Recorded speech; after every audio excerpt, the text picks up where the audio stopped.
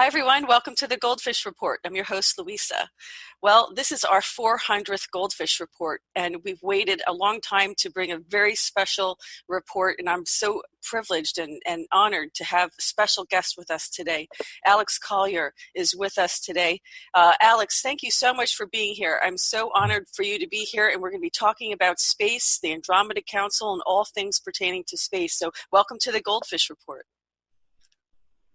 Thank you, Louisa. Thank you, Stephen. It's an honor and a privilege to be here. And of course, joining me today is my co-host, Steve, who wouldn't miss this for anything in the world. Steve, thanks for being here with me.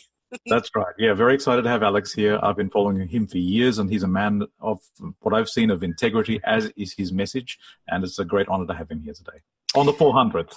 On the 400th, and this is important. And we're going to start this out with a slideshow a little bit. I'm going to try to take this through the slideshow. And one of the things that I think is important is that we understand where we are with regard to space and space policy. So here, this is a photo. I have a photo of you up here, Alex, from one of your other presentations. And okay, so a few years ago, what I'm showing right now, I'm screen sharing a screenshot from the United Nations Office for Outer Space Affairs. This happens to be located in Vienna, Steve, right where you are. This office is, and I'm just going to read this very briefly, is the United Nations Office responsible for promoting international cooperation in the peaceful use of outer space. And so this is an office that was established several years ago, and it's very interesting. I'm just going to leave this here so you can take note. I want our viewers to know that you should definitely do more research on this on your own. Go into the resources I'm providing for you so you can look into it a little bit more. So I thought that this was very curious. Then, as most of our viewers know, I was in graduate school for public policy, and that's a story in and of itself I'm not going to get into, of course. But one of the research papers I did a summary. It was like a very short policy analysis, literature review. And here, lo and behold, we actually have laws in the United States regarding space exploration, space utilization, and asteroid mining, and all the such, everything related to that. And this was written in 2016. So what we have is a bill called, which is a law now, it was HR 1508, and this was pertaining to mining asteroids in space. So this is huge because we've never even admitted to this yet, Alex. Isn't that interesting? Yeah, and it is. And in my last couple of webinars, I've talked about the new moons that have been brought in to our solar system for exactly that purpose. Wow. Whoa, okay, we're going to get to that. Okay, write that down, new moons. okay, hold on. So, calm down. So here we go. So this was part of a larger bill called 2262. So I'm going to go, of course, the sponsor of the bill was Representative Bill Posey of Florida, and he is in charge of, I guess you would say, NASA's, any kind of space legislation. So he's the sponsor of the bill. I did contact his office, and I had personal communication in terms of getting this information. We're going to just take a look. So here it is. This is HR 1508, Space Resource Exploration and Utilization Act. So folks, we're exploring space. We didn't even have the Space Force yet. We didn't have this Space Force that the president commissioned until this year. So this is quite interesting, okay? Just keep a note of that. Here it just tells you that this is to facilitate commercial exploration and utilization of space resources to meet national needs, to discourage government barriers to the development of economically viable, safe, and stable industries for the exploration and utilization of space resources in manners consistent with the existing international obligation of the United States, and to promote the right of the U.S. commercial entities to explore outer space and utilize space resources in accordance with such obligations, free from harmful interference, and to transfer or sell such resources. So you can look this up yourself, look at all the details. This is part of a bigger bill, which is this one here called HR 2262, U.S. Space U.S. Commercial Space Launch Competitiveness Act. And this refers to, the summary is very long. I'm not going to read it, but I'm going to just tell you that this has to do with private aerospace competitiveness and entrepreneurship. And as you go through this a little bit more, you'll see that this pertains to mining asteroids. So we haven't even admitted, Alex, this is funny because we haven't even admitted we could land on an asteroid, let alone know what it's composed of, to know that, to mine it, how to mine it, what to mine for. It's funny that we have this law. I mean, it's not really. Well, they've landed probes, but it's a big leap from probes to mining. So Alex, they've admitted to landing probes.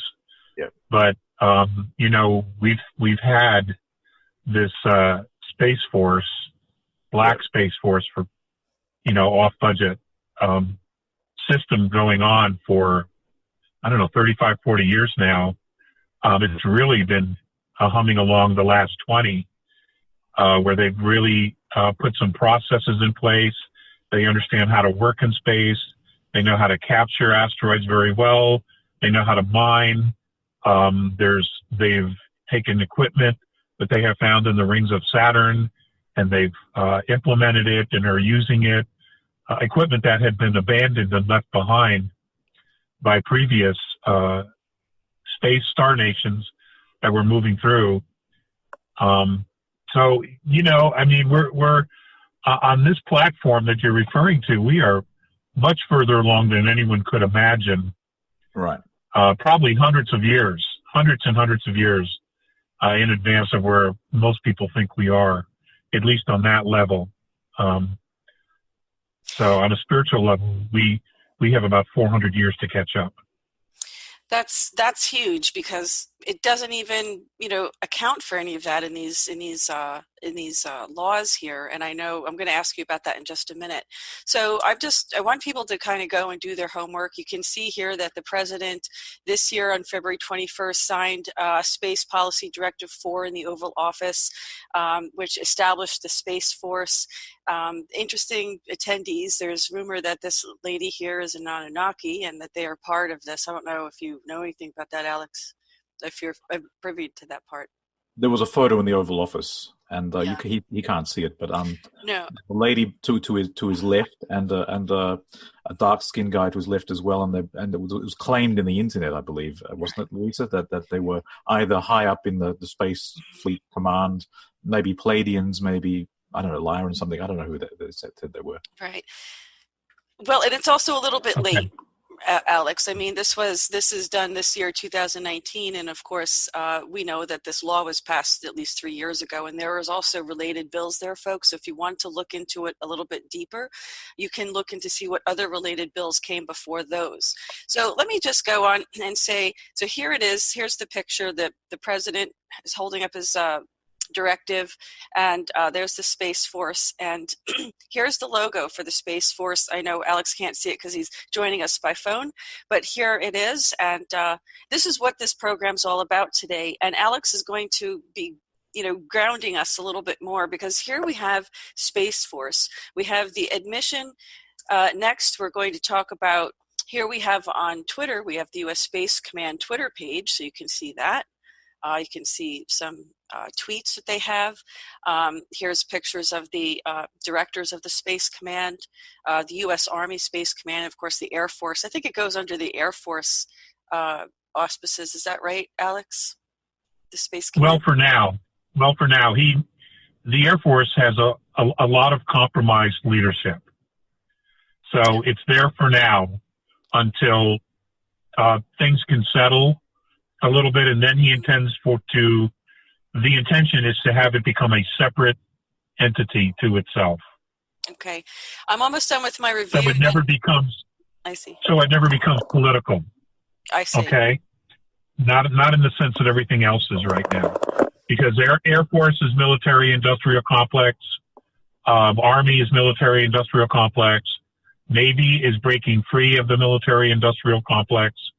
And they don't want Space Force to ever get into the military-industrial complex because of so much corruption.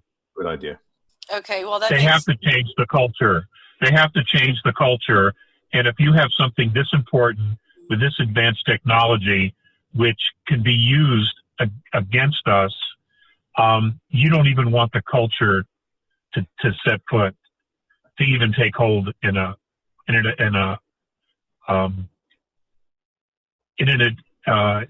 agency like this, because the type of behavior that we have seen in the military-industrial complex is not tolerated out there. You know, piracy is taken quite seriously in space. Wow. By many of these advanced star nations. They don't put up with any bullshit. That's you good. know, you better have an agenda, and it better be something of benefit to everyone, and it better be fair and equal. Otherwise, you're labeled a pirate, just like the bunch we're trying to get rid of that are here, who have had control of the planet for some time. So, and that's one of the reasons why they're here, is because they understand what we're up against. Right, we're going to get into that in just a moment, because here what we also have of April of this year is this is published by the Navy. Sorry, I have to go back. Published by the Navy, which was protocols for. Hold on one second. That didn't go back. Okay. So it says, Aliens Ahoy, Navy developing guidelines on reporting UFO sightings. So little by little, Alex, we're getting disclosure. We're getting, okay, so we have space policy. We have a space command. Now we have the Navy saying, okay, there are UFOs. You know, we're establishing new protocols to you know, for pilots to report UFO sightings and so forth. So now we're, you know, little by little, this disclosure, it's interesting, because I guess they didn't think people were going to, this is just Pleiadian Perspectives. It's another, another resource people can look into on human evolution. There's another one here. There's a few more here. The Alien Interview. You're probably familiar with that, Alex. I am. I don't know how much of that is real, though. Okay. The Alien Interview specifically. Okay. But, you know, Louisa, this is, and if I could just add something to where we are at the moment. Absolutely. You know, humanity, and I've talked about this in previous webinars. Are you familiar with the Blue Brain Project in Switzerland? It's called Blue Brain? Yes. Blue Brain, no. Okay. No. They have taken MRI technology, and they've added some components to it. And they have been able to map the multidimensionality of the human brain.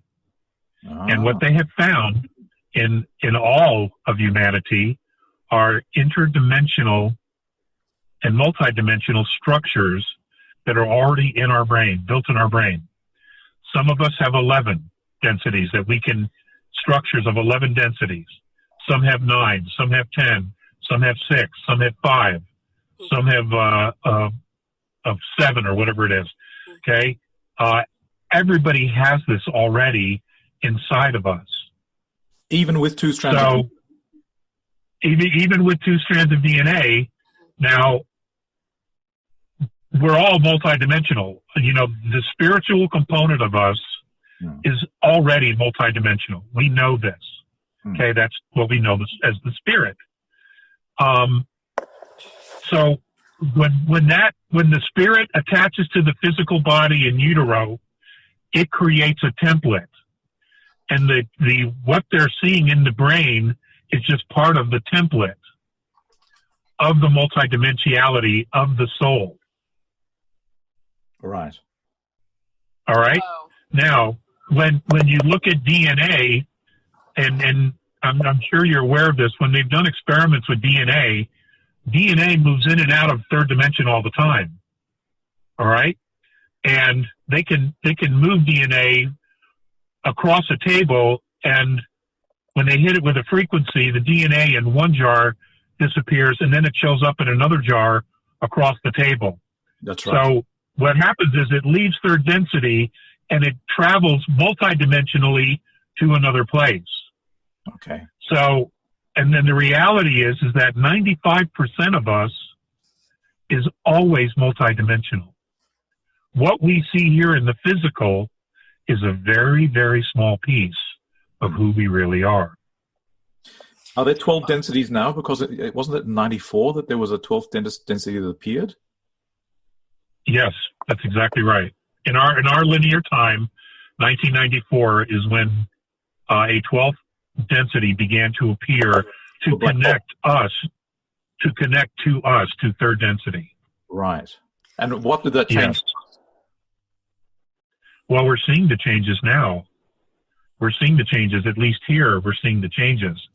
The perspective of the galaxy, of the universe, of all that is, I should say, is dramatically changing in other dimensions, because there are life forms in the 11th density, the 12th density, that have the ability to look down through all the dimensions. Now, apparently they're not creator, all right? I don't know what you would call them. They're not gods in training. Do we call them angels? I don't know what we call them. And everybody else is... It's just another density. Yes, but what they know is that they're completely different than anything we've ever known. Not only in 3rd, 4th, 5th, 6th, 7th, 8th, and 9th, and 10th, and 11th, they're completely different. But what they're doing is they are unifying all the dimensions for a specific reason. There is a what's the word I'm looking for? You lost the last. There is an interconnectedness. Okay. Yeah. There is an interconnectedness that's being created by these beings on a, what we would call a spiritual level, harmonic level, that our universe, our holograph, which contains all of the universe that we know, has never had before. Wow. Now, the immediate result that we're seeing here in third density is what Art Bell used to call was the quickening, the awakening of humanity, the awakening of our DNA, the transformation of how we see ourselves and our connectedness to all that is. Another example of that. There are many kids and many human beings that have had near-death experiences. When they come back into their bodies, many of them have a third strand of DNA.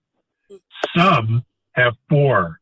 There's a gentleman in New Zealand who was dead almost 3 hours. When he came back, he had 6 strands of DNA. Whoa. That were turned on. What do you think is happening there? Hold on just one second. Um, okay, go ahead. Yeah, there's a little delay, so we're trying not to talk over each other. Go ahead, Alex. Oh, okay. I'm okay. What was your question, Steve? What do you think's happening there? They're connecting to these other holographs, and they're reclaiming their DNA, or they're becoming their frequencies changing. What's happening? We call this.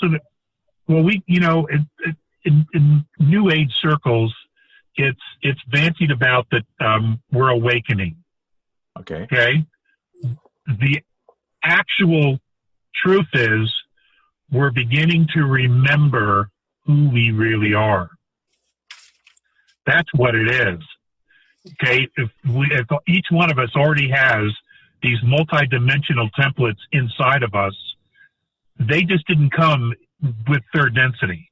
Okay. That wasn't an option if you bought the sports model. Okay. You got these multidimensional upgrades. That isn't how it works. That can only come with the soul as it travels through different dimensions into different physicalities. Right. So that's the only way this works. So where we are now is that the frequencies are changing so dramatically that humanity is beginning to remember that we are, in fact, multidimensional souls that got trapped in a physical dimension by being tricked and manipulated. So the original blueprint is being regained, in short. Yes, and it's also being upgraded because we have this 12th dimension. Okay.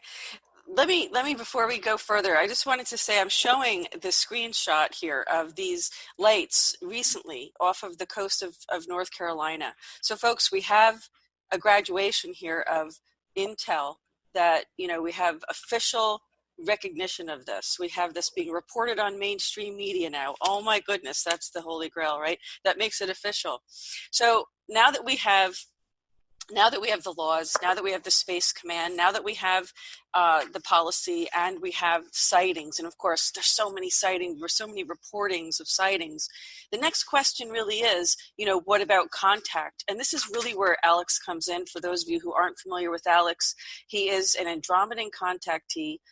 He has been lecturing about these Earth's dilemma, and I'll let Alex explain what that is, since 1991. He has been they imparted this information to Alex to spread the news. His background includes professional and industrial businesses that include cybersecurity and aerospace. So I just wanted to, I know we kind of jumped into it. I wanted to get that out in the beginning, so everybody had some context as to where Alex is coming from. Many people are familiar with Alex, and for those who aren't, we just gave you a little bit more background. So Alex, we talked the other day. It's interesting because there's so many things to talk about, and I do want to just let our viewers know that this 2 hours is going to go by very, very quickly. And what we're going to be doing is we're going to be doing a Goldfish Report. We're going to do a special thing that we haven't done before. You know, we never monetized our channel, and what we're going to do this time is to cover expenses. We're going to do a special super chat on YouTube, and we're going to invite Alex to come on and answer questions. So they're going to be super chat donations. It's going to help to cover expenses of this. And Alex is going to give his time to answer super chat questions one-on-one to individuals. And we've never done this before, so this is really exciting. We're people, because anytime I've done anything live was always at the White House when I was reporting from the White House. So since I haven't been back at the White House for a while, this is kind of one way that there could be real-time interaction with our viewers. So we are looking forward to doing that, and I will announce it again at the end of our interview. But let's talk about this. So look, Andromedans. So what role do they play here? Now that we know all of this officially is happening, we have to have some contact. There's a lot of history here with the treaty that Eisenhower signed that kind of sold humanity down the river. This dilemma, would you like to explain in your words what this dilemma is? Earth's dilemma. Okay. Yeah, I would love to. Okay. In a nutshell, what I'll try to do is condense this of all the years and just give it to you as short and as sweet as possible. Essentially, here's the deal. Earth, the makeup of humanity on a physical level is made up of at least 22 different extraterrestrial races, a genetic lineage to other star nations. Earth has been inhabited and has been used as a way station, a port of harbor for space traveling extraterrestrial star nations for millions of years. And that's right, millions of years. Whoa. So, and they've come and they've visited. Our ecosystem is such that, you know, many star nations and space explorers, they have found things along their travels, life forms. And what they have done is they have taken some of their DNA of these life forms and they have altered them to see if they would survive in our ecosystem. So, you know, that's why Earth looks like a zoo. And the 7 worlds that we have here are so dense with life. And that's because this has been, for the most part, it turned out into a huge experiment. So what happened is a very bad group, a rogue group, pirates, somehow managed to find their way here and hide, They were able to hide. And they kept a very, very low profile from their star brothers and sisters, and for, a million years or so, pretended not to be doing anything bad or harmful. They were just here and not interfering. That's the way they made it look. Then you have the Anunnaki, the Nibiru specifically, that their star system passes through our solar system. They interacted. Some were very benevolent. Some really didn't care for us at all. They just looked at us as roaches, as a natural resource. But others were very compassionate towards humanity, and they did things to help, teaching us agriculture, animal husbandry, construction, astronomy, mathematics, things of that nature, the healing arts, how to use the plants to heal certain diseases and things of that nature. Some actually taught us some spirituality, energy fields, chakras, etc., etc. And then they eventually all moved on. So what happened was in the 50s, well, actually it began with the Nazis. Somehow the Nazis got hooked up with the Draconians and the Greys. And things really went south for humanity after that. As the Nazis or the German people were incredibly industrious, great builders, great inventors, had a real gift for being able to see how things worked. And they were perfect in order to lure them into, okay, if you do this, we will give you technology. And that's where it started. Okay, that's where it started with the Nazis. And then it later happened with the United States. Again, it was the same exact scenario. They dangled all of this technology and said, look, we just want to study you, maybe do some experiments. We'll tell you who we're doing it with, what we're doing. We won't do anything nefarious, et cetera, et cetera. And in return for this, we will give you technology. Well, the reality is no one kept their promise because these groups were nefarious. They were on the run, which, of course, we didn't know. And we made the leap. We made the leap into the technological generation. And the issue is that when we leaped into the technological generation with these beings, our top scientists and those who began to work with them on their programs and the budgets and the special access projects that became part of the structure to support this system, their consciousness shifted away from a compassionate human one to beginning to think like the extraterrestrials. In other words, it was a gradual leaving behind your compassion and your association with humanity to be isolated in these programs and to see humanity as just something that's holding you back. So this was as a result of Operation Paperclip, is that correct? Alex? Yeah, that's part of it. But, the Russians got some of those as well. But right. Yes, in essence, that's exactly what happened. There was a lot more going on that we don't know. I don't know if we'll ever find out, but I think we will one day. I don't know if it's going to be any of our governments that tell us. I think it's going to be the extraterrestrials who at some point sit down humanity and say, look, here's the whole story of who you are and how we got here and why we're here. All right? That day is going to come when they lay it out for us. Because the last thing the benevolents want is to be worshipped. That is not what they're about. Sure. What they want is humanity to step forward and become a part of the family of the galactic, and not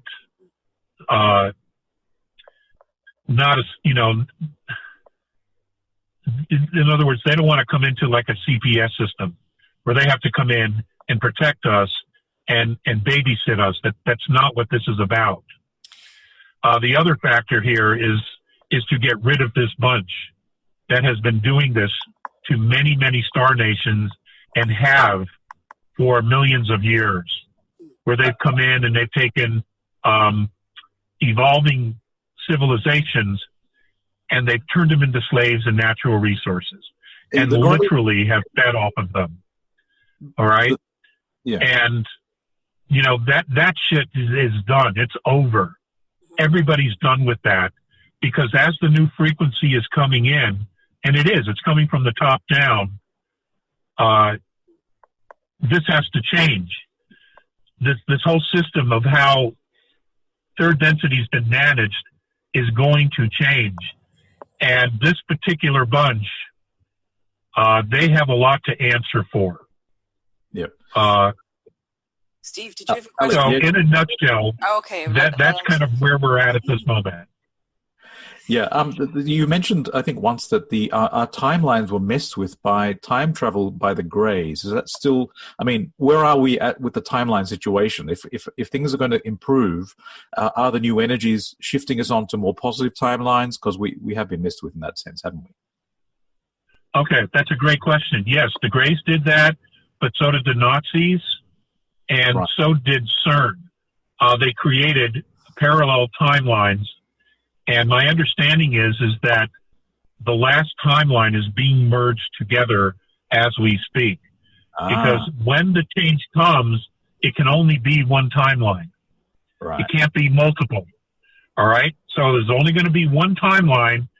So they're being merged as we speak using dimensional technology. And this is why you see people talk about the, what do they call it? The Mandarin, something. Oh, the Mandela, where things are changed. The Mandela effect. The Mandela effect.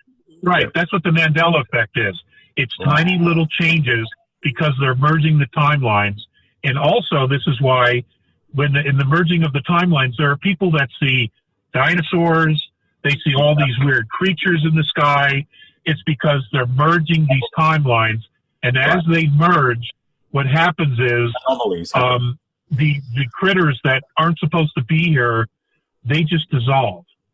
Because this isn't their frequency. This is not the frequency that they were supposed to be on. But nonetheless, their physicality has to be merged into our timeline. So that's what's happening. Okay. You mentioned CERN earlier. So how does CERN play a role in this? And ultimately, what are they trying to accomplish with it? Well, that's a really good question. I don't know everything about what's going on with CERN as far as the inside of CERN. I know that they told everybody they were trying to do some other things, looking for the God particle and yada, yada, yada. Yeah. But what's interesting is when they turn this sucker on, it is aimed at the North Pole of Saturn. Okay. Yeah, it is aimed at the North Pole of Saturn. And my understanding is that several times they were very close to opening it up completely. In other words, they were able to see stuff on the other side. And we can talk about Saturn in a sec here. But my understanding is that the benevolent groups, and there's many, every time they get to that point, they shut it off. They turn it off, they turn it off, they turn it off. Yeah. Because we're playing with matches and we have no idea what we're doing. Yeah. Because, you know, Saturn,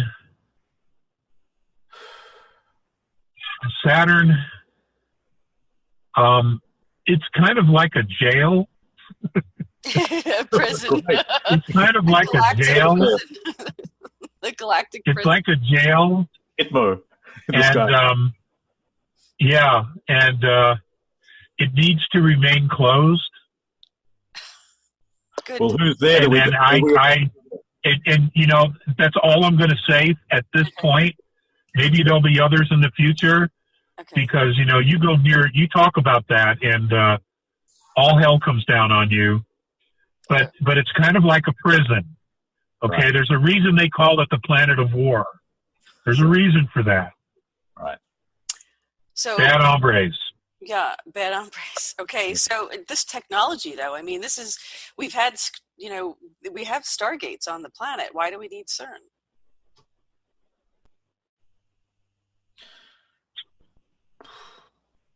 Well, none of the stargates are connected to Saturn. Oh, well, that's the answer. There you go. So then this is okay. So no, we're getting more. The order of the Black Sun worships Saturn, doesn't it? The Order of the Black Sun. Yes, it is. Yeah, there you go.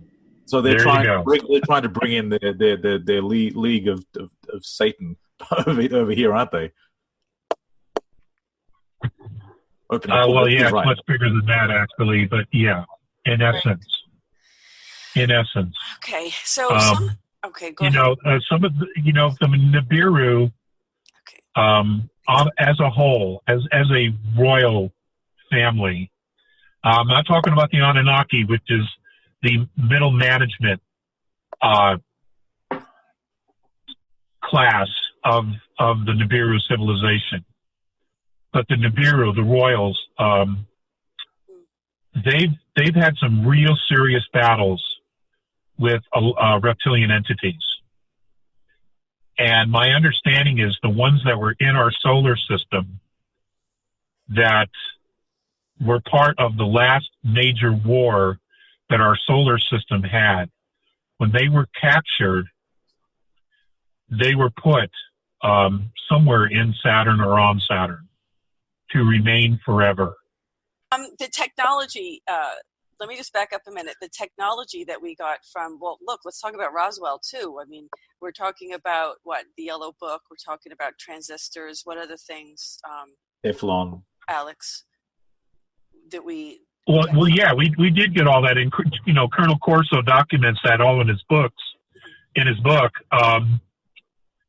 that was their throwaway stuff. Yeah, that was all their throwaway stuff. That's what they gave us. It was their junkyard stuff.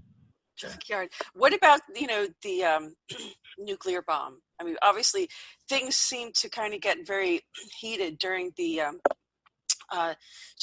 Cold War because of all the nuclear, and then of course Project Blue Book was created to kind of control the narrative of these UFO sightings, because suddenly we had nuclear technology which we weren't supposed to have. What was that all about, Alex?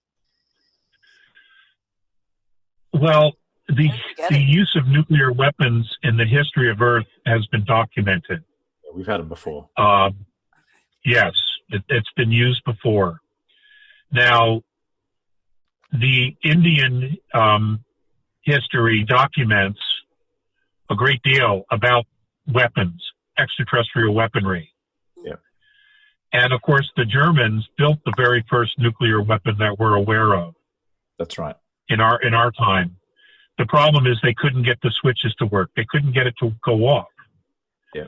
And a lot of people don't know this, is that after the war was over, in the mountain caves and underground facilities in Bavaria, the U.S. military was able to bring that stuff back to the U.S. and study it and take it apart. Now, what's interesting is that they were able to figure out how to make it work, how to turn it on so it would explode. And the very first weapon that we tested in New Mexico was a German-made nuclear weapon. Well, Oppenheimer was a German, wasn't he? No, this is Werner. Yes, he was. What about Werner von Braun? Wasn't he doing this? Oh, he was a rocket. That was a rocket technology. Well, yes, that was something else. It was teleportation too, I think, wasn't it? Mm-hmm. I wasn't aware of that. Alex? Well, it was theory then. They had been told about it. They may have seen it work, or at least the Order of the Black Sun. They may have shared the fact that they witnessed teleportation. But my understanding is that the Greys and the Draconians never actually gave them that technology. They were dangling it as a carrot. But when the Germans decided to give up World War II, and I want to repeat that again, when they decided to give up fighting World War II, they bolted to Antarctica and to South America. Yeah. So that kind of, those things were just, they were put aside for a while. I don't know that the Germans even have it today. They probably do, or the Nazis. I don't know an awful lot about what they've been up to because my focus has been on the big picture, Absolutely. But I know that there's probably a lot of researchers out there who have done incredible work who can answer that question more specifically. But, we were given technology we spiritually were not mature enough to have. And they knew what we would do with it. And when it came time to take us off-world to do the dirty deed for them, they knew that they would have many willing accomplices because these black programs were specifically looking for warriors who had no compassion, who were just after spoils, wealth, technology, things of that nature, to be genetically enhanced. There are many who wanted to be supermen, without the spiritual foundation to even approach that kind of a thing in an appropriate way. So Alex, let me ask you something. Go ahead. You mentioned these, because you mentioned so many things that it's like I know you're trying to explain it, but it's like very interesting topics. You talked about the DNA and these super soldiers that were augmented, some of them, and they're in these unacknowledged programs. Is that correct? Yes. And so Russ Dizdar talks about this all the time, about these satanic super soldiers. So they were basically created during some kind of satanic ritual. And of course, their DNA was enhanced with who knows what. Do you know what they were enhanced with? Okay, let's talk about that. We're going into territory I've been very careful to avoid about going into, but I want you to look at this idea. Okay. A satanic ritual, as I understand it, calls down spirit, a demonic spirit, a dark entity, or a specific type of frequency that this being will vibrate to. Yeah. Now, that's called in from lower fourth density. Right. And lower fourth density is really fucked up. Can I say that? Tell us how you really feel, Alex. I get the picture. Okay, it's okay. You'll have to delete that. It's really, really messed up. All right, it's really messed up. And there's a lot of dark stuff there. Just a lot of dark stuff. Okay. So what happens is these super soldiers who are turned into these demonic entities, they are injected with the DNA of those specific type of life forms, those extraterrestrial entities or physical entities. The DNA from those entities is injected into the human super soldier, so that when the merging of this dark soul and the human body and the soldier come together, the entity, the dark entity, has a familiarization with the body because its own DNA is in the body. It can now attach.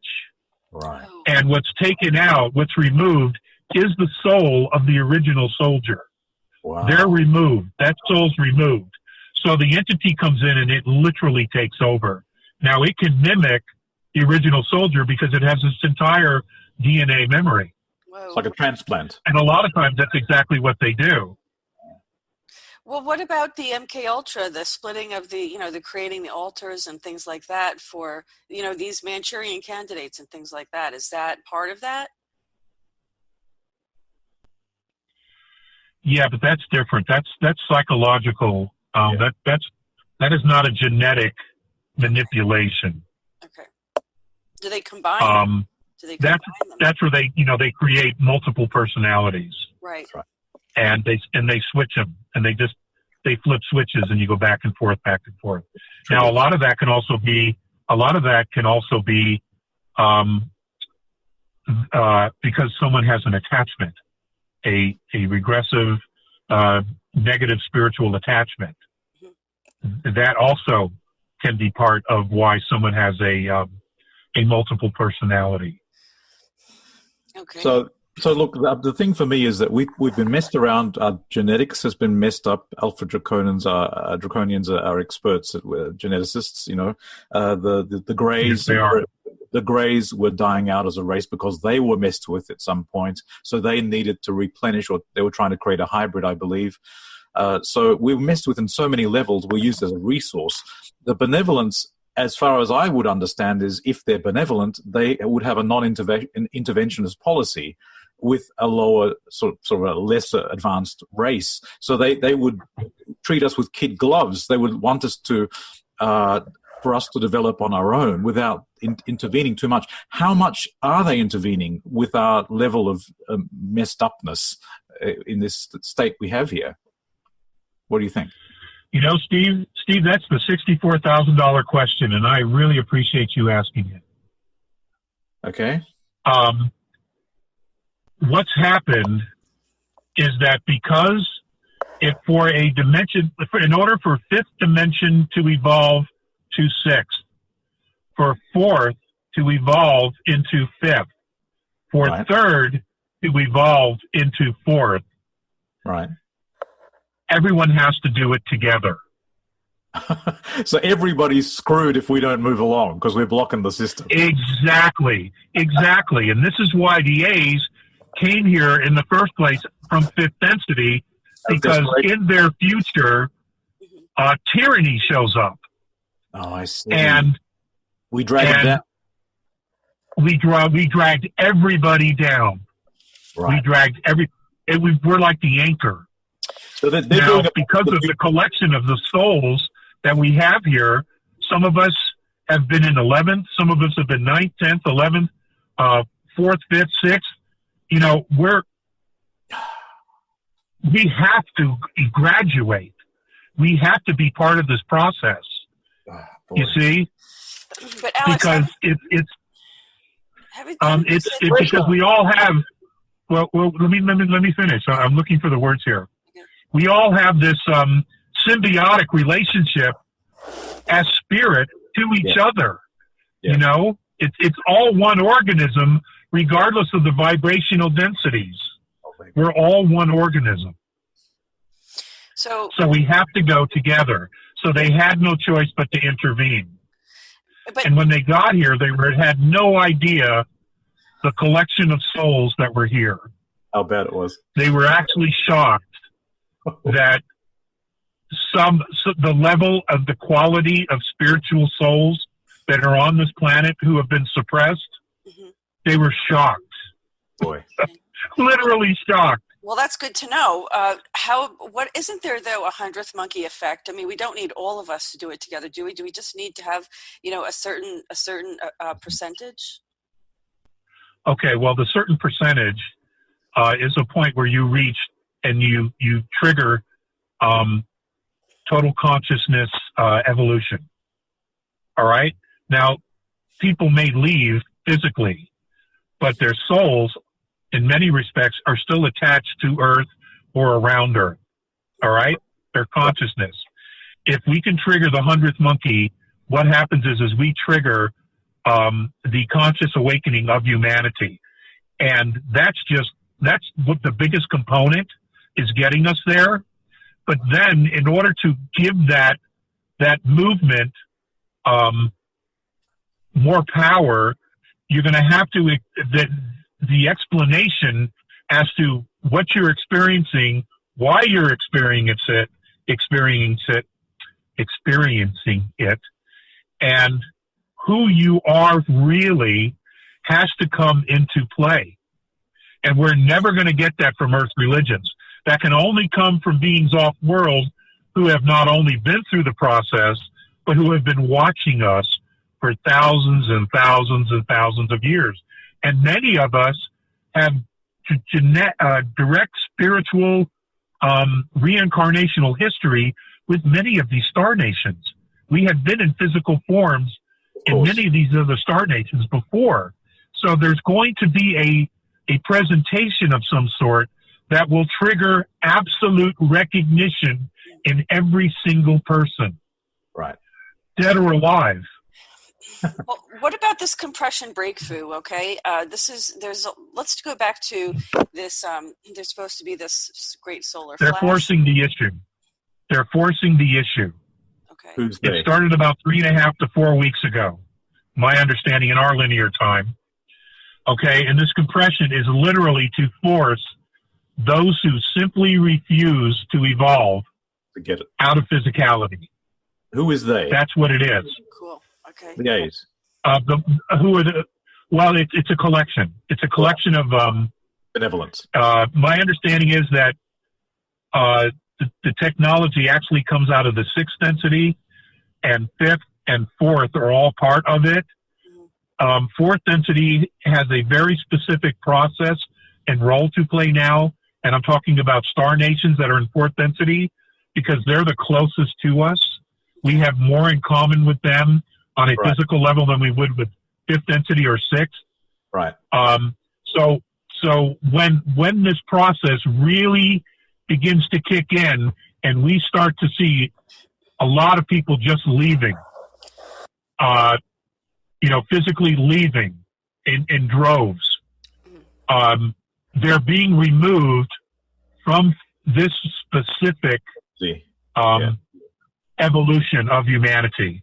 They're literally being removed. Now, they can always change their mind and say, okay, I get it. I will evolve. And they can commit, again, to the process. Right. But that's a spiritual decision. And that also means a level of genuine spiritual authenticity.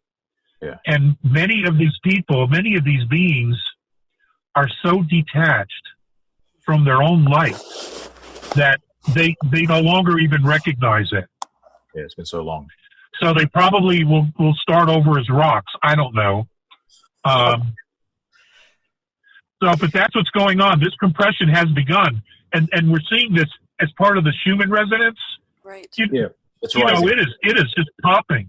It is just popping off the charts. In fact, half the time they won't even give us the actual readings anymore because it makes no sense to them. What is they're like, how can this be happening? And that's because they don't factor in the spiritual component of all existence, and that's what quantum physics is proving. Okay. Is that we're all spiritual. But doesn't the Schumann frequency, isn't that an aggregate of not just Earth's frequency but humanity's frequency as well? No, it's not. It's actually affecting us. It's coming from somewhere else. The energy that is hitting the planet isn't necessarily coming just from the sun. It's coming from other dimensional realms. Okay. Okay. Okay, and with it carries information. Remember, everything is color, light, and sound. Yeah. Everything. All you do is you tweak the frequency, and it becomes matter. Yeah. That's it. Okay? Yeah. Alex, what does Visayas say? You have contact with him? What does he say? Where are we at the moment? I'm sorry, who? Visayas? Yeah, Visayas. Visayas passed away in September of 98. He left their physicality. The only one I'm still talking to is Mornay. And actually, we just got, we were out of contact for 10 months, almost 11 months. And we just started communicating. I've had one contact in the last 4 or 5 weeks. And I'm expecting another one anytime soon. What does he say where we are at the moment? Does he comment on it? I'll tell you where we're at. The reason they were away is they're tweaking. They're doing tweaking. We have 6th density mentors are mentoring 5th density mentors who are mentoring fourth density mentors. Oh, okay? And primarily the fourth density star nations that we would consider absolutely benevolent. And the Pleiadians are part of this.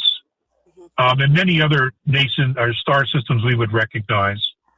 They're doing a lot of the heavy lifting. What's happening is as they are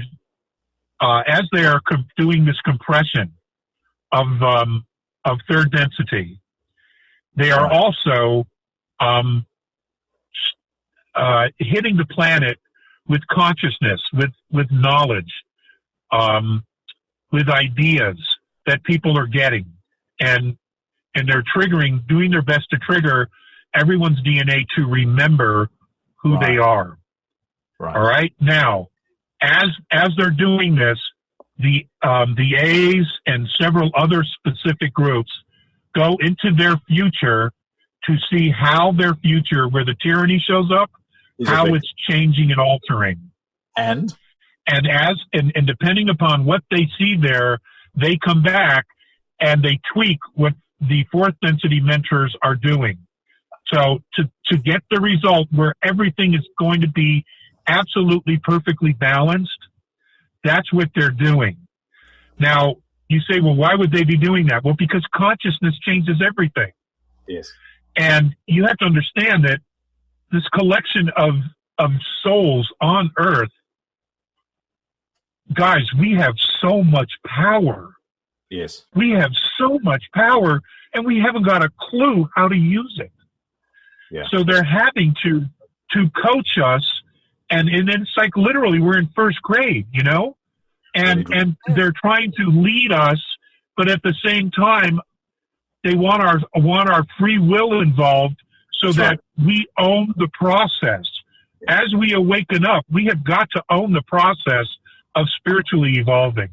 Yeah, it's a tightrope. Okay, I know, but we've been held hostage here. We've been usurped. We've had our... Okay, that's old. That's old stuff. Okay, we're not being held hostage anymore. What you see with the deep state and all that stuff, that's the last remnants of the old order. Right. All right? Literally, that's the last remnants of the old order. And what we're faced with on the surface is our own people having betrayed their own races and their own countries for power. All right? And we're going to have to deal with that, and we will. So, but, you know, this deep state and the cabal, they no longer have their extraterrestrial overlords protecting them. That's over. The overlords are running for their own life because now they're being hunted to be captured. So there is I kid you not, this is going on. Right. Very good. They're being removed. Yee-hoo. No, this is really, but people don't know this. That's why we want to do these reports and kind of give everyone the update and tell you, you know, you're free. you're not, we'll see though. You are. And you know, and now and at some point there'll be no more excuses. You know, we will all have to own the process of our spirituality and evolving. And it's just a question of laying out the scenario for everybody. I mean, you know, we're all very intuitive in our own ways. And a lot of people have known forever things were wrong. I think there's a lot of young people all over the planet that are committing suicide because they just feel such despair. Yes. Because I think they're relatively new souls, and they come in here and they look at how dark this is, where those of us who have incarnated over and over and over again, you know, we've kind of learned how to deal with it. But some of these new souls, they're like, I'm bugging out. No way, you know. No way do I want to deal with this. Because, you know, they're tenderfoots. They were not prepared for this.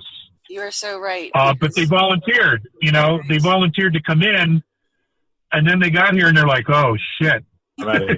This is far worse than I ever imagined. You're absolutely right. You're absolutely right, because when the first sentence my youngest daughter could say was, I want to go home. I mean, we were in our living room. She says, I want to go home. I thought, okay, I'm just your Earth mom. I get it. I want to go home. I'm like, this is bad, Mom. This is bad. Yeah. Yeah. Yeah. You're right. So it's complicated, but once you've got some of the pieces, it all begins to make sense, and a picture begins to evolve. We needed help. Yes, the benevolence realized they have a non-interventionist policy. Yeah. However, they had to intervene because some of us are them and they are us.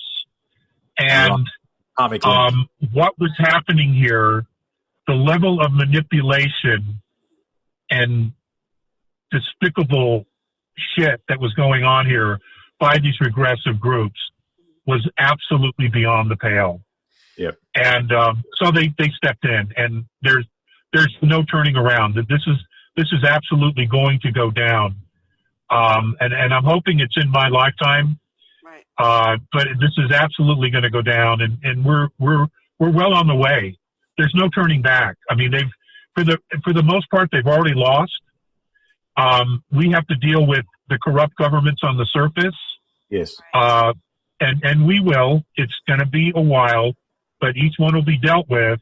And then after that's over with, humanity has to figure out what it is they really want. Yes. And, Star Trek, Star Wars, those are realities to most other star nations. They're out there doing this stuff all the time. And there's absolutely no reason we can't either. Yes. Especially what we've been through. What we've been through, no one else has gone through. Not like this. That's why they've saved us for last. They rescued the 21 other star systems before they got to us because, this is where the seat of power was for these dark guys. Wow. Was here on Earth. So Right. are you saying, what about, right now the court system we have, everything is very corrupt. Like you said, we have to deal with that. But a lot of people, as Phil Schneider, there's a lot of whistleblowers, Alex, that aren't with us today. They were targeted. I know that. It's very hard to get that information out.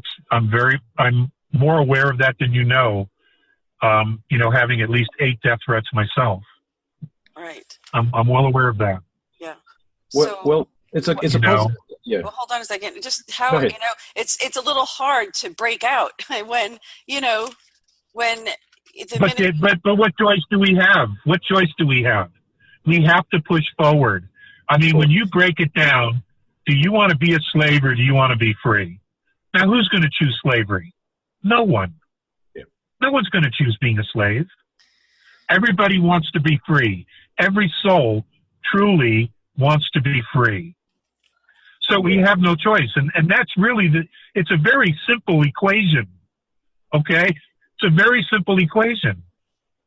And once people get that, I think they'll choose that.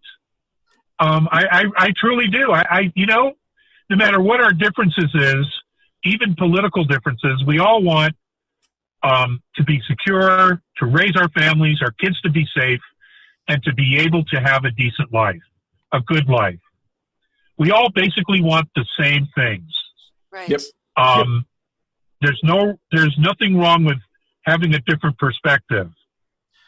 Yeah. What you're saying is that when you lay out the cards and you lay out the entire truth of all that's been going on and is going on, then you know what? Something miraculous happens. Everybody's on the same page. Yeah. Steve, you have a question for Alex? Yeah, I do.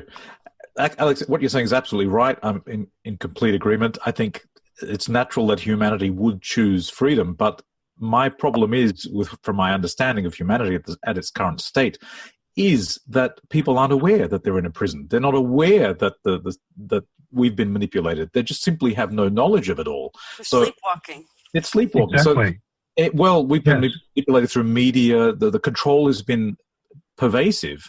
And for humanity to be re-educated, they at least have to have an awareness of what's happened before they can even make a decision. And then they have to acclimatize to this new information because what they've been told is absolute crap about history. They don't know they're slaves. They don't know they're slaves.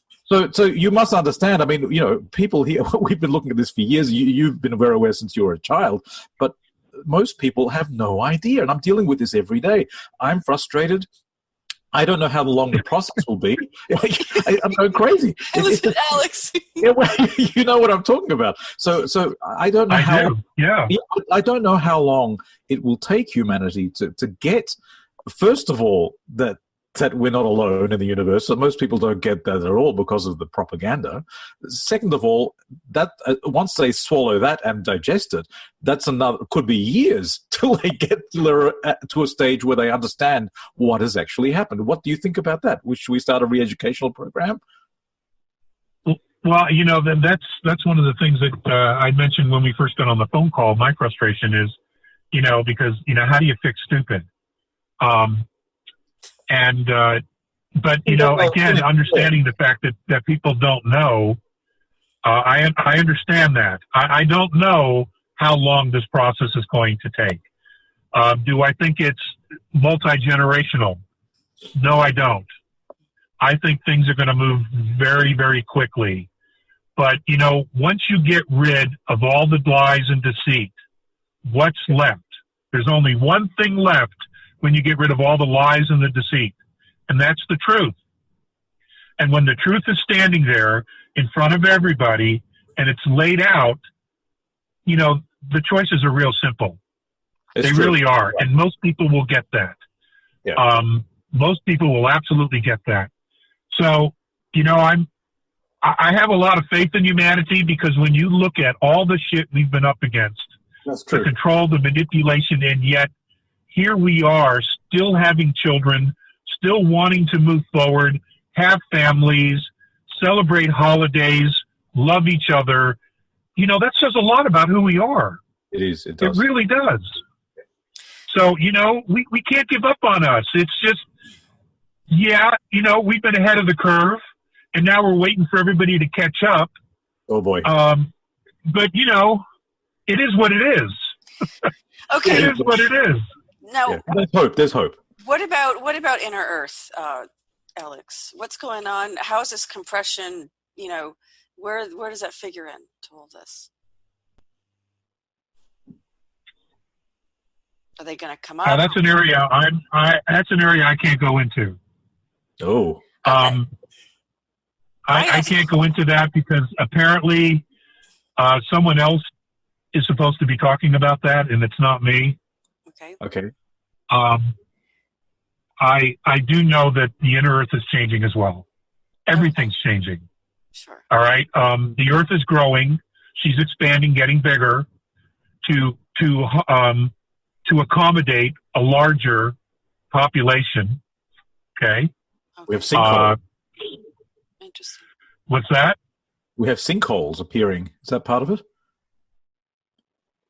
Yeah, they're all over the place. Well, a lot of that has to do with movement of the tectonic plates. Right. There's more that space. Are occurring very deep in the Earth, and water and magma flows. There's a lot going on. Stuff going on. Yep. And there will be Earth changes. There will be Earth changes. But as far as the inner Earth,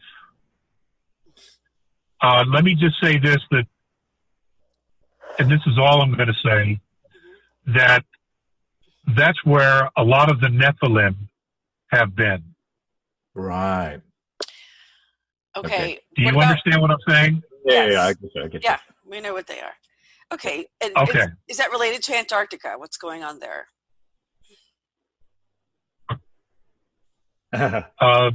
Pretty much the same thing. What's going on in the inner Earth? Okay. So I ask all the forbidden questions. Yeah, like there's no. Okay. Well, no, but you're a woman, and that's your job, right? That's right. Some people don't understand that. Okay. Yeah, that's right. Okay. So all right then. I do. Thanks, Alex. What do the Andromedans really want us to know at this point? Like, how can we? What is their greatest concern at this point? They see the spirituality, the variety of. I don't. Well, their concerns have changed over the years. Based on on my last conversation with Mornay, he was extremely upbeat, very positive about the situation here. Now, I don't know everything at all, but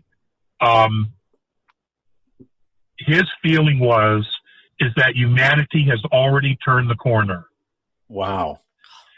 And because the real threat has been removed. There is not going to be a nuclear war. It's never going to be allowed to happen. Because, those rip holes and dimensions and everybody's just fed up with all that nonsense. So that's not going to happen. So we don't have to worry about that. Every country has their deep state, and in every country, that deep state's being revealed. Okay, that's not an accident. that's being instigated and manipulated, for lack of a better word, by the compression of the density. All right. Okay, so that's being done on purpose to expose those who are really anti-human. Right. And unfortunately, what we're going to witness is that a majority of them, not all of them, but a majority of them are going to be our own kind that are in this. They left humanity. They just left humanity. So they're going to have to be dealt with in some way or fashion. Should we name names here? I mean, we could get ourselves in trouble. You're right. Look at what the Democrats are doing. It's all being exposed that they're really the party of treason and sedition, and that they're basically communists, and they're the deep state. They're the infiltrators. I say this on all my POTUS reports. I'm used to the death threats. But anyway, it's just what it is. It's being exposed, like you said. We have Q out here. We have an alliance behind President Trump, a positive military. We have, and Judge Jeanine Pirro called it out by name. You love Judge Jeanine, right? And she called out the military-industrial complex. I mean, look, we had Eisenhower warn us of this operation. We had Kennedy lay it out for us. The secret society, and let's talk about that. Can I add something here? Please do. Okay, Lieutenant Colonel Vineland, who testified last week in front of the kangaroo court for Adam Schiff. Mm-hmm. He's mentioned that the interagency was very upset with the direction that President Trump wanted to take our foreign policy. Well, Trump gets the fact that we all live on this planet together and we will sink or swim together. He gets that. Right. Yeah. Now, the interagency is, of course, the military-industrial complex. Yep. Now, it even goes further than that. Mm-hmm. If you remember John Kennedy, when he was first sworn in, after he became, after he won the election, he had a lot of interactions with Dwight D. Eisenhower. They spent a lot of time on a golf course where Jack Kennedy would drive the golf cart for Eisenhower, and they would talk about a lot of things. And the reason they would go out on the golf course is because no one could hear their conversation. Right. Yep. And that's where Kennedy was told about the ETs. Right. That's where he was told about many, many other things that he lost control of. Right. Now, when Jack Kennedy was sworn in, the very first act he took when he got to the White House was to abolish the Special Operations Coordinating Group in the National Security Council. These are ingrained bureaucrats that come and go, that administrations come and go, but they remain the same. They were the ones collecting and putting all of the intelligence together to present to the executive branch. Eisenhower knew he couldn't trust them at all, and he learned that during the Korean War. Right. They were giving him fake information to drag this thing out. Okay? Yeah. So, Kennedy gets taken out. One of the first things that Lyndon Johnson does is reinstate Special Operations Coordinating Group in the National Security Council. Today, it's just known as Special Group. All right? Special Group is part of SES, Right. Senior Executive Services, which is owned by a British corporation. Serco. Go figure. That's the problem. That is a huge issue. Serco. And I'm sure the president knows about this. Yes, Right. Senior Executive Services. Now, one of their guys was Barack Obama. He was born in Kenya, which makes him a British national. Right. The Democrats never vetted him. Or they were in on it. And eventually it's all going to come out. But Barack Obama is a British national. He admits to being born in Kenya. July of 2018, when he went over to Kenya, he said it himself to the people there that I'm the first Kenyan-born president of the United States. Yeah, I saw this. Boom. Yeah. There it is. Okay? So that makes him a British national. All right. So this shit goes deeper than anyone can imagine. But it's all coming to the surface. It really is. Yeah. It's just that the American people are going to have to take it in little slices, you know, and digest it, process it before you give them the next stump of intelligence. Well, Where does Trump fit into all this? yeah, that's a good question. Yeah. Where does Trump fit into all this? Abraham Lincoln once asked his people, his closest confidants, do you think we're fitted to the times? I think that Trump is specifically fitted to the times. Right. And I say that because, one, he really loves America. He really loves humanity. Two, he can't be bought. He doesn't need anything. That's right. Three, the White Hats absolutely trust him because he has done so much for the military that no one knows anything about. They knew they could go to him and trust him. Right. Four, he's a prize fighter. He gets in there and he loves the championship rounds. The nastier, the dirtier it gets, the stronger he becomes.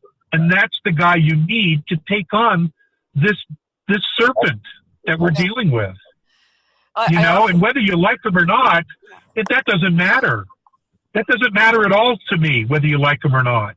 What matters is that he's going to go toe to toe with this system. And that's exactly what he's doing. Indeed. Yeah, I often title the reports Teflon Don versus Deep State Palooka. And he was at the Madison Square Garden last night, the president here in New York City, and at a match again. Of course, everybody knows he's been a big supporter of boxing. So he's you're right. You're absolutely right, Alex. Yeah. He sure is. He's a prize fighter. And it was very we're sad. in the championship round right now. We're in the championship round right now. So, right. Yep. Okay, so can you tell us a little bit about the Andromedans? Give us an idea of what they look like. And I know you've done this in previous interviews, but just a little briefly, what is your overall experience of being in their presence? And just tell us what you can about them. Wow, that's a tall order. Briefly, I don't know. Well, okay, briefly. Okay, one, they're human. They're human. They have 5 digits on each hand. I've never seen their toes, but I'm assuming they do down there. They are 3 sexes, male, female, and androgynous. They are hairless, as far as I know. They are absolutely physically perfect specimens. Physically, I have never in my life ever felt safer than when I'm with them or in their presence. Okay. They change the frequency of everything wherever they are. Everything just kind of calms down and just gets, I don't want to say bliss, and I hate the word magical, but serene. Everything just gets real calm. Yeah. It becomes real solid. You're in a really safe space. They're incredibly compassionate. They are all telepathic. So they don't speak. Mornay has learned to speak. I don't know if he's taught others to speak. When they look at you, they can see right through you. You don't know it at first, but once you're aware of the telepathy factor and you begin to have conversations with them and interact with them, you know that they're looking right through you. Right. So you're forced to be absolutely authentic. And they don't judge because they realize that third density life is completely different than what they experience. They have a great deal of compassion for what we've been through. They can't even imagine. I've offered to trade places with Mornay, and he was like, no, that's not an option for me. Right. So he's not a taker. Let's see. They're just so healed. You just know it. I mean, they're like every single one of them, even the kids, they're like sages, you know? They live very long lifetimes. Their average life cycle is over 2,000 years. Some live much longer than that, but that's pretty much the average. They go to school for 150 years or longer, and they learn all the sciences. They learn everything about their society, and any new discoveries that they make as a civilization or any new spiritual awarenesses that they have, they teach the children those things first, because they recognize that the children are always the future, and it's what they call the law of consistency, so that each of the generations have everything that the collective knows, so that they can use for their abilities to continue to evolve. So it isn't surprising that many of the children are smarter than the adults, or more aware of new things, new discoveries, new technologies, etc. That's not uncommon, and no one has an issue with it. So they're absolutely prepared all the time.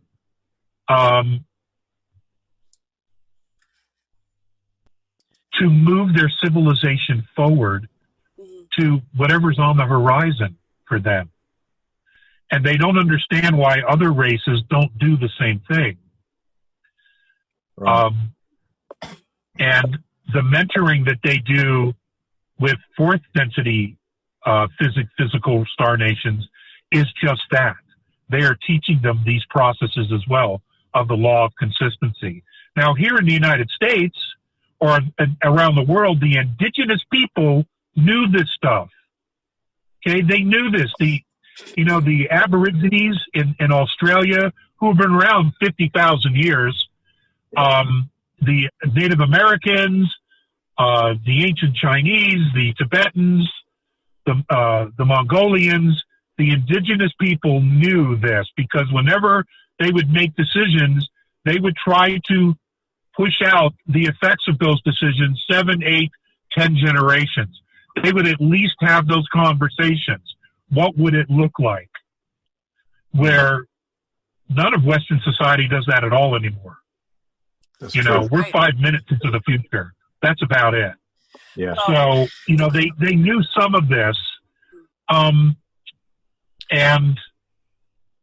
we have a lot of things we need to remember. What happened was we got distracted by all the technology. And that is what separated us not only from the earth, but from our spiritual selves. Instead of developing spiritual technologies within ourselves, we opted for the outside technology, the physical technology. And it can never be the same. Can we gain that quickly? Because we have these extremes of emotions here that they probably don't have in the same way. But these extremes of emotions can allow us to manifest quickly if we choose to do so. Is that right? That's exactly right. I mean, that's what I was saying earlier. We have so much power, and we have no idea how to use it. So we need to channel these emotions in order to manifest in a conscious way. Is that what you're saying? In essence, yes. It's a little bit more complicated than that. How would you describe it? I'll describe it exactly this way. It's not enough to have a level playing field. We need to understand how we got here. Right. All right? I mean, everybody needs to know how we got here. And they need to know the history of our race. Yes. The good, bad, and the ugly. Yep. So that we have a perspective, a starting point of who we are and where we come from and what this is all about. Right. So, that knowledge, that creates the foundation. Humanity, for the most part, hasn't been operating on a real foundation at all. Oh, no. Because almost all the history we've been taught is bullshit. It's bullshit, yeah. Oh, Common Core. Just so you know, Alex, I'm screen sharing a video from the SETI Ranch. James Gilliland gave me permission to use this, and it was of a craft landing at the base of Mount Adams. And it was green, and the lights were green, and he has this, I guess this report, or non-spoken report, you should say, where at the ranch he shines a laser, and when he sees craft, they power up. So there's a communication going on there, and I would hope that they're positive. But can you tell us about the craft, about the Andromedans' craft? Well, yeah, I could do that.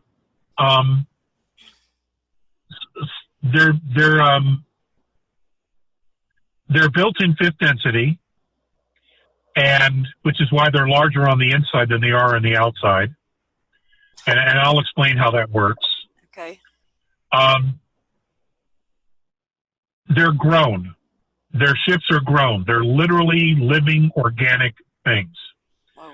And as they're being grown, the crew participates in the building so that there's a familiarity between the ship and the crew. Mm-hmm. And when the ship is actually completed and finished, each crew member will stand underneath the ship. And they have a plate that they put their hands on, and a beam is shot through is shot through the Andromedan crew member into the ship.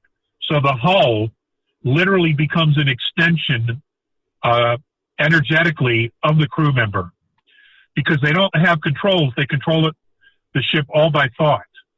And the ship will only allow those crew members to enter the craft if they've gone through this process.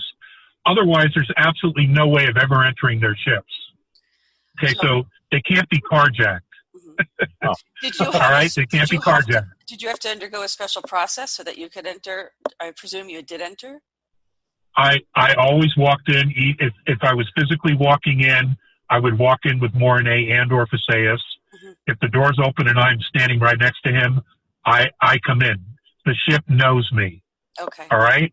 Okay. Now, and when they don't physically open the hatch, mm-hmm. they would shine a little blue beam, kind of like a laser, on the ground, and I would walk into it. I would dematerialize and rematerialize instantly on board in the ship in one of the rooms. And what they do is they put a belt on me, and they're waiting for me. I put a belt on, and what it does is it holds my physicality together, because sometimes they will move into fourth density, and as long as I have the belt on, my body doesn't disintegrate or come apart. It holds my physicality together. All right? It maintains my physical frequency, my physical frequency. And without the belt, I would disintegrate. And I had to constantly wear that when I went back and visited them in fifth density. Now, the ships that are built in fourth and fifth density are much bigger on the inside.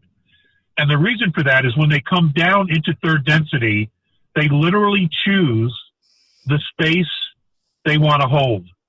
So when you see something that's 30 feet, that's not how big it is on the inside. Wow. All right? It could be gargantuan on the inside. They're just choosing to hold the space of 30 feet on the outside. Well, Right. Do you understand? yes. Yeah. So when the door opens and you walk in, there could be 4, 5, 6 floors with laboratories, maintenance shops, repair areas, cargo bays. I mean, it's just magnificent. It literally takes your breath away. But then when you're outside the craft, it's just this small little thing. And it's only because they choose to hold just that amount of space and density. And most of them can travel in time. They can go back and forth. Fifth density, there's no issues. I think with fourth, they're somewhat limited with the technology they have as to how far they can go back and forward. Third density craft cannot go into fourth density because their technology just simply won't work because it's a completely different harmonic and physical space. So I know that the Archons made an attempt to leave here and go into fourth and fifth density, and it didn't turn out well for them. That's good. So look, I can't wait to use this stuff. I mean, when are we going to get it? I mean, I'm sick of long haul flights. I tell you. I mean, what are you going to get? Well, you know, we talked about this earlier about asteroids. Yeah. 2 years ago, Jupiter picked up an additional 17, 18, 19 moons. Now we're being told that Saturn has picked up some additional moons. 20. It's actually 23. They haven't found the other 3 yet. All right, but they've acknowledged 20. Now, these asteroids have been brought into a orbit around these planets, and there's no collisions. It was a very orderly migration into the solar system and put into the orbits around these 2 planets. Right. You know, they're in retrograde orbits, but no one's running into each other because it was all managed. Okay. Most of these moons have a very specific mineral, and on our periodic chart, the only thing we would recognize would be quartz. Wow. But the rest of it we don't have yet. I'm told that our space fleet does know about the mineral. And ultimately what this mineral does is that you can create bows of boats, you can create rods that will fit into lakes, oceans, you can create housing on aircraft engines. And what happens is that when you generate a specific harmonic frequency in this metal, what it does is it causes all of the protons and electrons of pollution to break down and decay and die. Specifically, radiation. It causes it to speed up its decay process dramatically. That literally what happens is that the uranium, the harmful component of it literally dies, and it just falls to the bottom of the ocean. They brought this material here to help us clean up, our world. And some of the moons have already shown signs of being mined, and that was by other star nations that have already used this technology. So they'll probably bring those out first. But what's going to happen here is whenever this process truly begins, they're going to want us to do all the heavy lifting. They're going to want us to take responsibility for not only the mining, but also the manufacturing and the cleaning up of our environment to get everyone involved in this process. Because it'll unite humanity, and it will help us to re-engage with our home planet. And because most of us have detached from nature almost completely. So this would fit in perfectly with what Trump's just done, creating the space fleet and the mining rights, or the directives to the mining, with what you're just saying, that he probably knows that these moons were placed there for the cleanup of the planet. Would you think? There are no accidents. Everything is a process at this point. Right. Okay, there's steps that are being taken. Right. The only thing that the president has to do now, and the rest of the world, is they have to create a new funding mechanism for all this to occur. We have got to get rid of the central bank system because it's as corrupt as there is corruption. Absolutely. It's horrible. And if we don't get rid of it, we're going to be right back in the same place. Exactly. So they have to fix that. And I know they're trying to do it. Right. Yes. There's if I may mention, there is on the 11th of November, there's Mercury transiting the Sun. Cobra's group has mentioned, I saw it today, that they want to they want you to purchase silver during the purchase of the Mercury's transit, in order to bring in energetically a new system, or break the old system, the money system. What do you have to say about that? Is that worthwhile doing? Well, a monetary system is a belief system. Yes. That's all it is.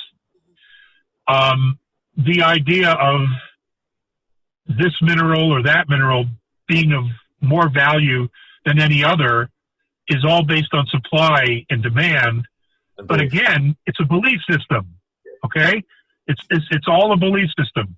I think this next monetary system that we're going to be having, or that's going to come into play, we may have 50 to 100 years, and if that long, and then that will be it. We will transition out of and evolve out of a monetary system altogether, because no one else uses a monetary system.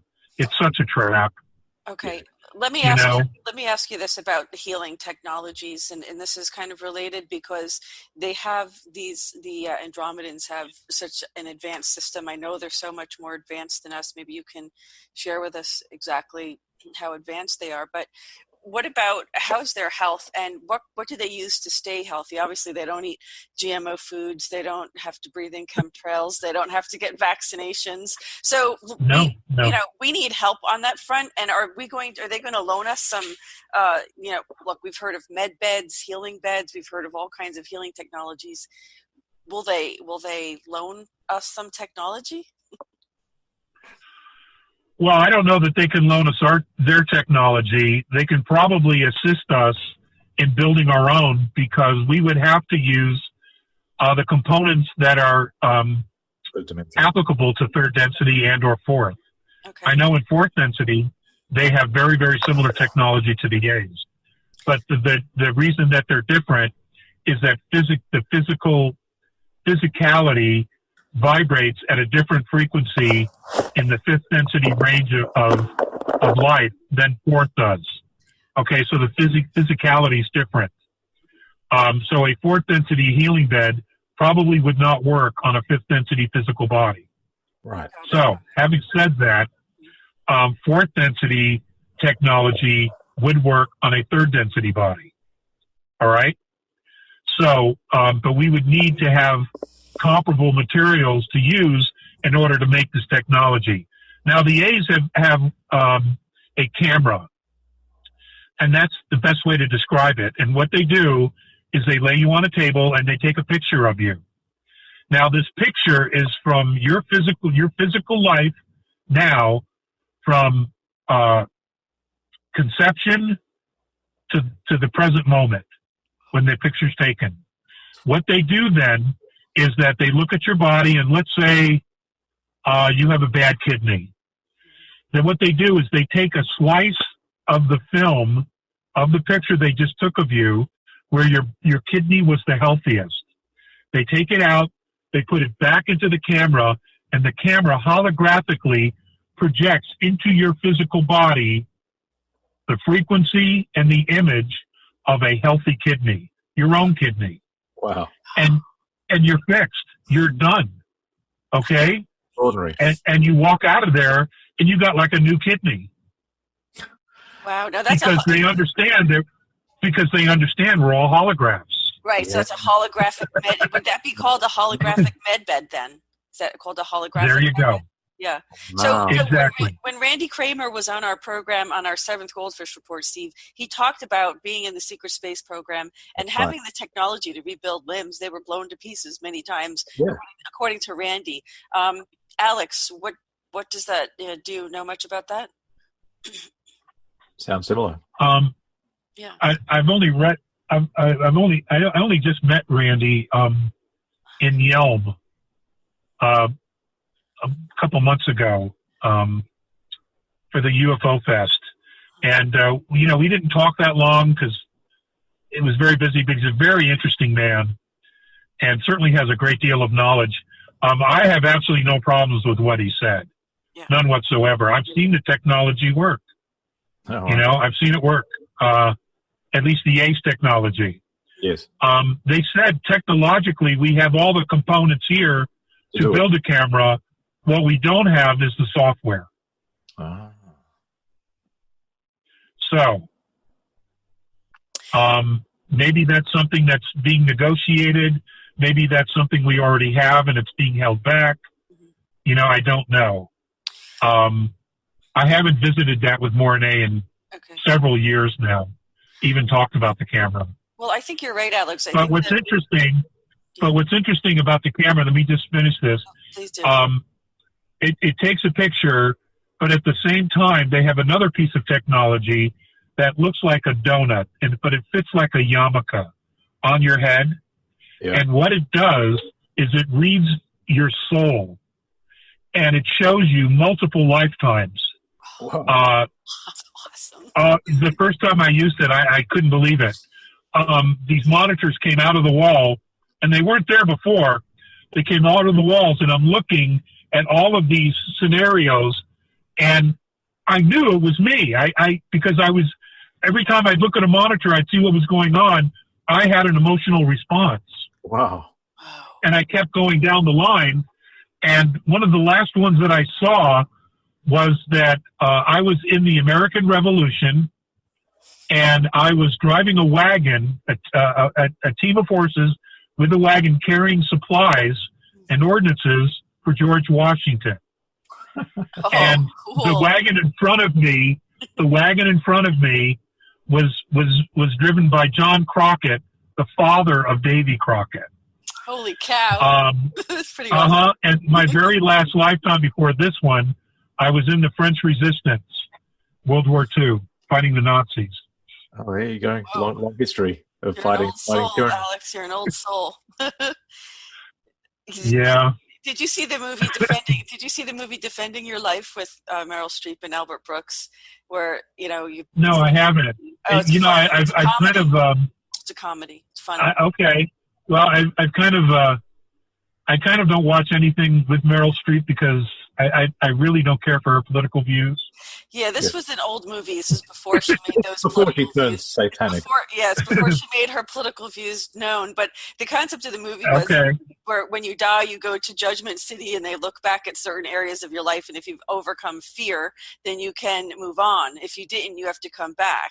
And the idea of love as well. But while you're there on these trials, right, you go to this place called the Past Lives Pavilion, and you put your hand down and you see who you were. And it's one of the funniest scenes in the whole movie. And this one guy was like this little girl, and then he turned into like some dinner for some, animal or some war, indigenous war chief who was chasing him. It was really funny. I mean, I think it's something you could get a good laugh out of. But the idea of, there's often disclosure in these movies, and the idea of fear and love, and really the whole purpose of our soul growing. And I know that you have, talked about this in your previous interviews about the soul journey.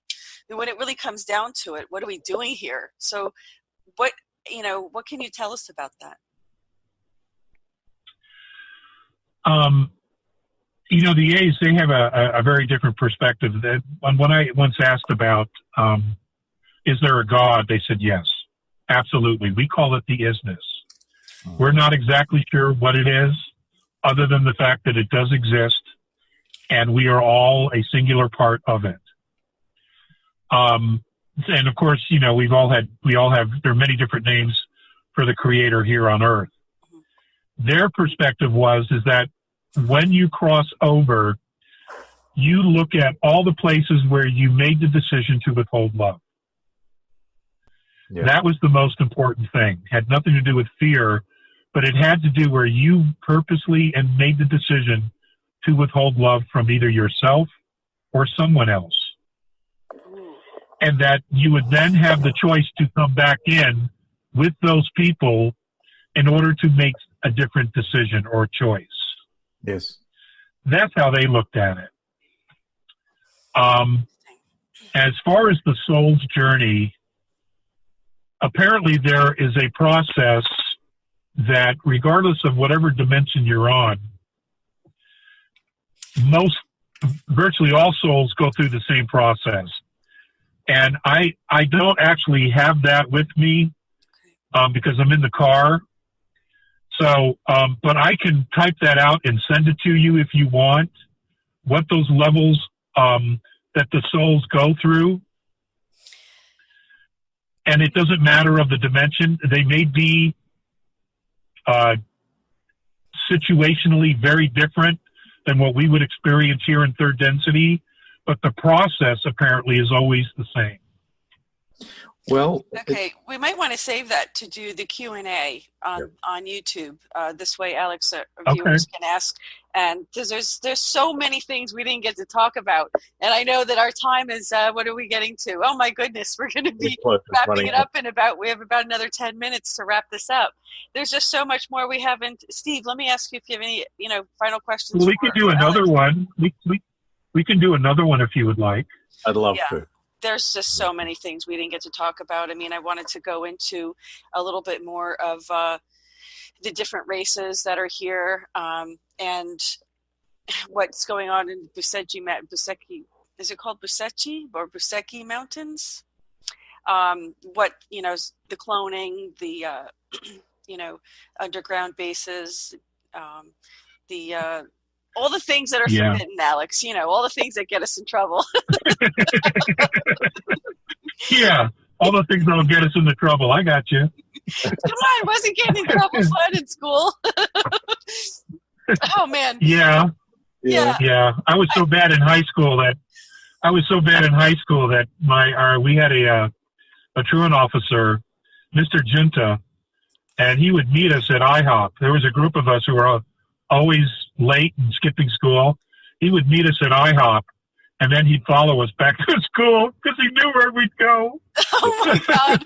Well, in this day and age, they don't let the kids go in my daughter's schools. They're not allowed to go to the bathroom whenever they need to go. And I was furious, of course, when they know I'm calling, it's not going to be good, right? So, I have girls. They have to go to the bathroom when they have to go to the bathroom. Right. And they told me it's because the kids are doing things in the bathroom they're not supposed to be doing. And so they're vaping now. They're vaping in the bathroom. That's one of the things. But it turns out it was the boys mostly. And some of them I think of the movie Porky's when I hear this stuff, but some of them were doing things in the soap dispensers that you're not supposed to do. I'll tell you. My God. I know. And the kids, oh, Alex, and I mean, it's, the kind of stuff that you would wonder why, whatever. So anyway. But that's what kids do. They test the boundaries. That's what they're supposed to do. Yeah. Yeah, exactly. And so, but today, the whole Common Core and the really dumbing down of America, that you saw that, I'm sure you saw that KGB defector who talked about the demoralization of America and how literally they'll know that, and I think it was, who was it? One of the defense secretaries, I think, said, we'll know that the brainwashing of America is complete when they, whenever every last American, doesn't know anything, doesn't believe any of the truth or anything like that, when they don't believe it. So this whole brainwashing thing, is also an issue because, they're confusing the kids with this transgender stuff and they're shoving it in our face. The kids are confused and it's really sad to see it that way. And these are all the other things that we have to overcome. It's not that easy. It's really quite a, I hope that these other races really understand just how I don't know what to say. Inverted. Is that a good term, Alex? How inverted things became? Well, it is. It's almost as if our souls have been displaced in our own bodies to keep us completely off balance. Yes. It's almost like that. Like we're taken out of our bodies, then put back in at a certain degree where we don't fully line up and we're out of sync. Right. And we can't use our spiritual power. It's almost sort of like that. But, you know, it's important to not become overwhelmed, to remain calm, to you know, quote the British, you know, remain calm. Carry on. Because we're going to get through this. We are. We're definitely going to get through this. Humanity has already made the turn, whether they realize it or not. We have a little bit more of awakening to do, and then we have a lot of cleanup. But that cleanup is going to bring us all together. Yes. Because we're all going to share it. Yeah. We're all going to share that redistribution of knowledge with each other. And we're going to realize that the manipulation of race, color, and creed has been just that. Yep. And, you know, they gave us the full court press because they realized how powerful we were. And they had to make sure that we remained separated from each other. Yes. But that's all going to go away. So, you know, the ability is there, the promise is there, the help is there.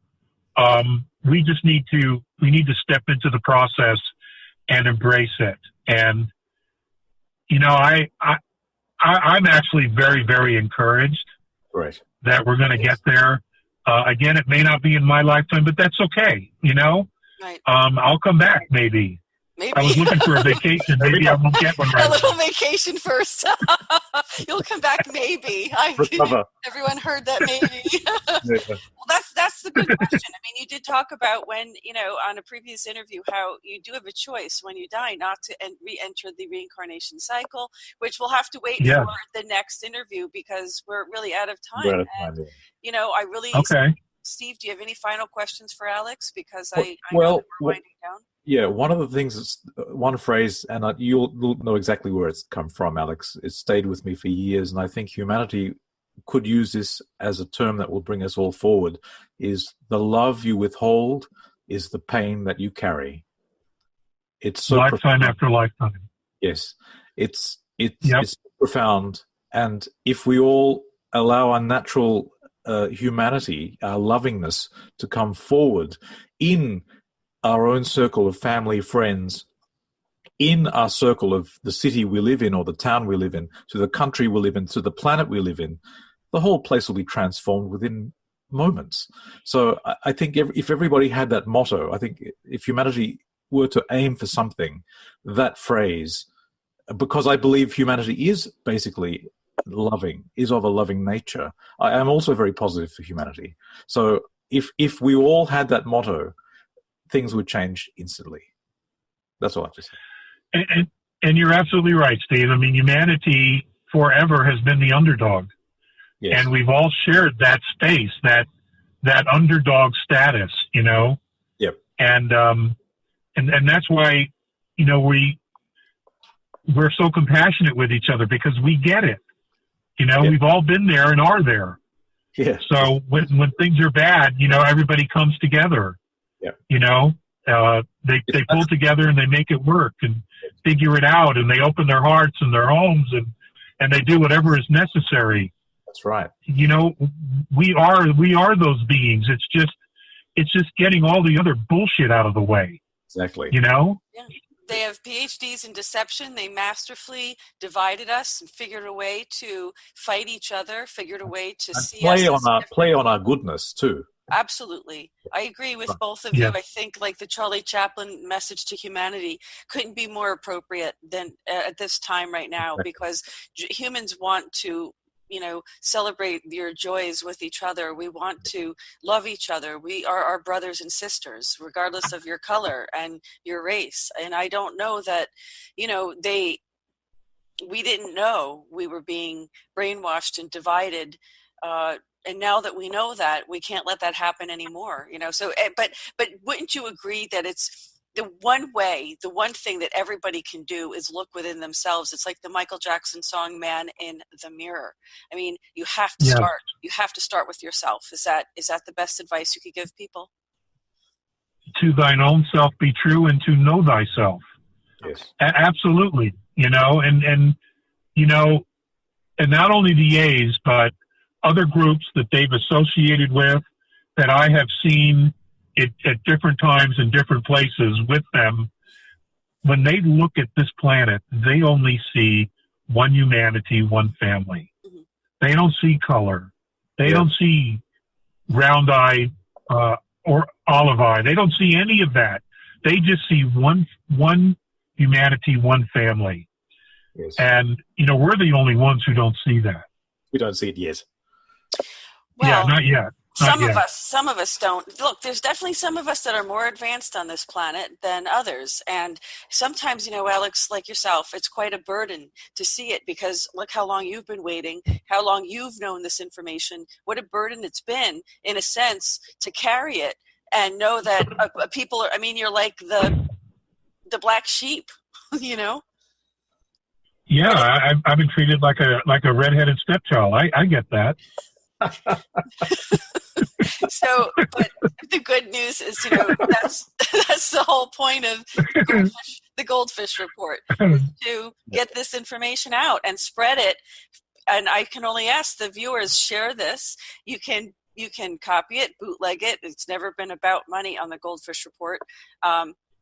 That's not to say we don't need the, we wouldn't appreciate the help and support of paying the bills to make it happen. But look, 400 reports. This is our 400th report. And Alex, I just want to thank you so much for being with us today and celebrating this 400th report with this kind of report, because this is the dawn of a new age. I think we're really draining the swamp. The president's doing that. The team behind the president's doing that. And we have come a long way. Do you think we're ready for contact, like a little bit more openly? What do you think? I think some people are and some aren't. I still think that there's a lot of people who, on a religious level, will be extremely fearful. Right. It may take a little bit longer, but then again, you just never know. We're in that place where just about anything can happen. Mm-hmm. And I can tell you that whatever does happen is done to move humanity along, to get us to wake up maybe faster, to become more integrated, to ask more questions, to join humanity more together in a common cause. I would say maybe 30% of the world's population could actually handle that now. I think there's probably a percentage that would be completely indifferent one way or the other. They just don't give a shit. But then you have your deeply religious beings who would be fearful because they would feel like they didn't have any control. And, the church, they've done so much to harm and cripple humanity. It's just, Indeed. But do you think? But we got to get past all that. We just got to move all past that stuff. There's no point harping on it any longer. Right. It sounds like you're making a prediction, though. Are you making a prediction, Alex, of an event that's going to unite humanity? No, not officially. Not officially. Okay, folks, no, we'll not leave officially. it at that. We'll leave it at that. So read between the lines, folks, okay? Alex, what a pleasure. Thank you so much, Steve. Thanks for, being here and ushering in this 400th report with me. Steve is likewise, yeah. doing Thank so you, many reports. Thanks, Alex. Thanks, Louise. And we will have Alex. All right, would you come back and do this again, Alex? Yeah, I'll be happy to. Wonderful. And folks, remember, we're going to be doing a special a Q&A section with Alex live on YouTube, and I have to monetize the channel and everything to do this because it's going to be super chat donations. So whatever donations you want to make to, we may have a set amount. I'll announce this at a later time in the future. We haven't decided a date yet, but if you want to talk to Alex and ask a question, or at least do super chat live, doing the live chatting, you can do that, and Alex will answer your question. Because this is opening a can of worms for a lot of people. A lot of people have a lot more questions about this, and I think it's a great way to help support getting this information out. And like I said, please share this far and wide. And I want to thank all of our viewers for being there. All these, we've been doing this 4.5 years now. So we appreciate all of our viewers and subscribers. As you know, our original YouTube channel was deleted and never restored. So we lost those millions of views in our first 200 reports. But one day we're going to have that all restored. And, follow us on Facebook. We have our 24/7 news page there, and also on Twitter. So you can get all that information at thegoldfishreport.com, folks. Just spread the information and let's wake people up, but do it with love. And again, Alex, thank you so much for joining us. Yep. And you're welcome. It's been an honor and a privilege. Thanks so much. And this concludes this edition of the Goldfish Report.